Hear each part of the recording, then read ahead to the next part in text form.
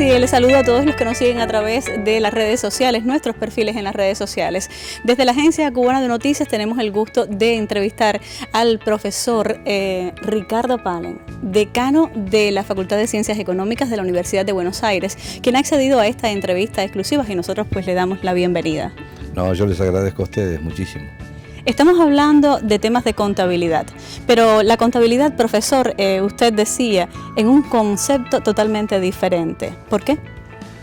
Porque nosotros venimos sosteniendo permanentemente que cuando hablamos de contabilidad, hablamos de información. Y generalmente cuando se habla de contabilidad se la restringe exclusivamente a la registración. Y en realidad la contabilidad es mucho más que eso. Siempre exagerando a veces un poquito, decimos que la contabilidad es el centro del mundo. Y claro, esto provoca algunas sonrisas porque lógicamente parece como demasiado. Sin embargo, cuando nosotros decimos que la contabilidad está entre la economía y la administración, ni más ni menos que es así, porque cualquier administrador de cualquier tipo de ente para tomar una decisión debe conocer la realidad económica de ese ente. Y esto se hace a través de la información contable y no meramente de una registración, sino de todos aquellos datos, de todos aquellos números que contribuyen a esa toma de decisiones.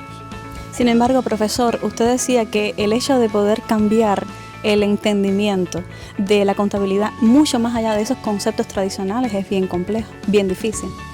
Los contadores estamos acostumbrados a tener una cultura ortodoxa de lo que es la contabilidad, haciendo un poquito de caso a la exclusiva registración. Cuando hablamos de temas nuevos para la contabilidad, parece que estuviéramos hablando de otro planeta. Y estamos hablando del nuestro, sin ninguna duda, pensando siempre en la información y pensando en la gente. Acá lo importante es que también el contador, como en las otras profesiones, debe pensar en la gente. Pensar en la gente y pensar en la importancia de la contabilidad para que, en definitiva, la sociedad, el Estado, las empresas, la economía de las naciones, pues evolucione. Usted decía hace un momento que la contabilidad puede meterse en casi cualquier tema. Por ejemplo, el tema medioambiental. Tan es así que nosotros decimos que si la contabilidad no es íntegra, no es útil. Y si no es útil, no interesa. Por eso a veces escuchamos decir que la contabilidad va a desaparecer en función de la tecnología.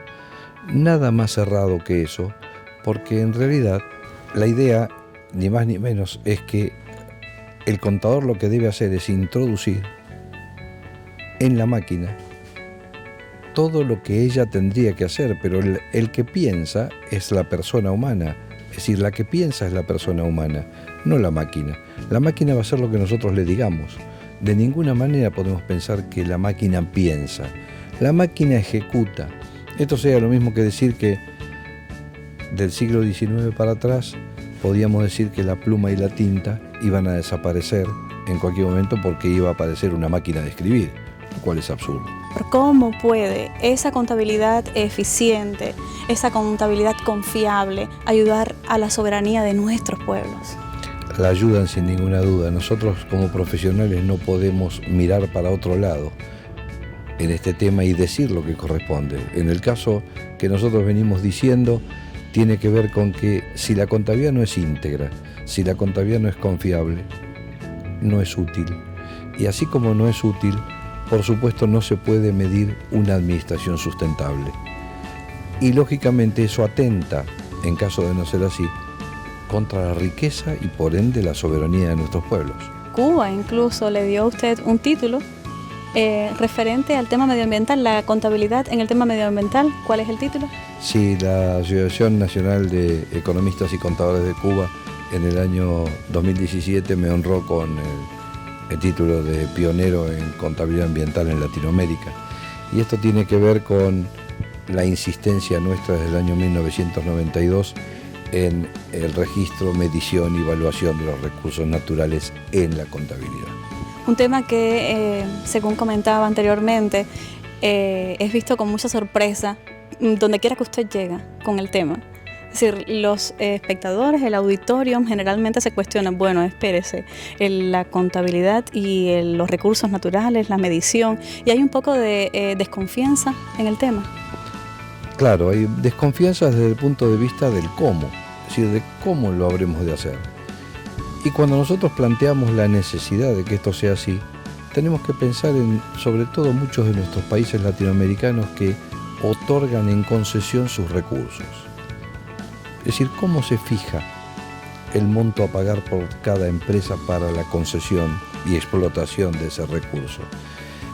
Por lo tanto, ¿en base a qué se fija el canon que van a pagar? Una declaración jurada. Exactamente. En algunos casos, algunas empresas mineras, por ejemplo en la República Argentina, pagan sus impuestos por declaración jurada. Y esto realmente parece un absurdo, cuando en realidad la contabilidad gubernamental debería tener perfectamente registrado el valor de esa mina o de esa explotación para luego calcular el posible valor de una concesión, sea en la Argentina y sea en cualquier país del mundo. Decíamos que hay cierto escepticismo cuando se plantea el tema a discutir. Sin embargo, a partir de sus conferencias va viendo una respuesta en el auditorio, en los intercambios, en los ejemplos, profesor. Sí, nos pasa eso a lo largo y a lo ancho de Latinoamérica, donde tenemos la suerte de estar hablando de este tema, y esto nos permite también decir que las universidades tienen gran responsabilidad en esto. ¿Por qué? Porque lógicamente yo creo que las universidades deben incorporar en los planes de estudio de sus carreras de contador público lo que es la contabilidad social y la contabilidad ambiental. En ese sentido, a partir del año 2018 hemos insistido nosotros en nuestra Universidad de Buenos Aires, y a partir de este 2019 en el plan de estudios tenemos como obligatoria contabilidad social y ambiental. La experiencia de Cuba, profesor, ¿qué le parece? Usted que tan cerca de Cuba ha estado y de los académicos cubanos. A mí me parece que es de excelente nivel la experiencia. Yo creo que los economistas cubanos y los contadores cubanos son de muy buen nivel, y yo creo que precisamente hablábamos con los señores viceministros hace un rato sobre la necesidad de incorporar este tema a la contabilidad gubernamental, que por excelencia es la que lleva la República de Cuba.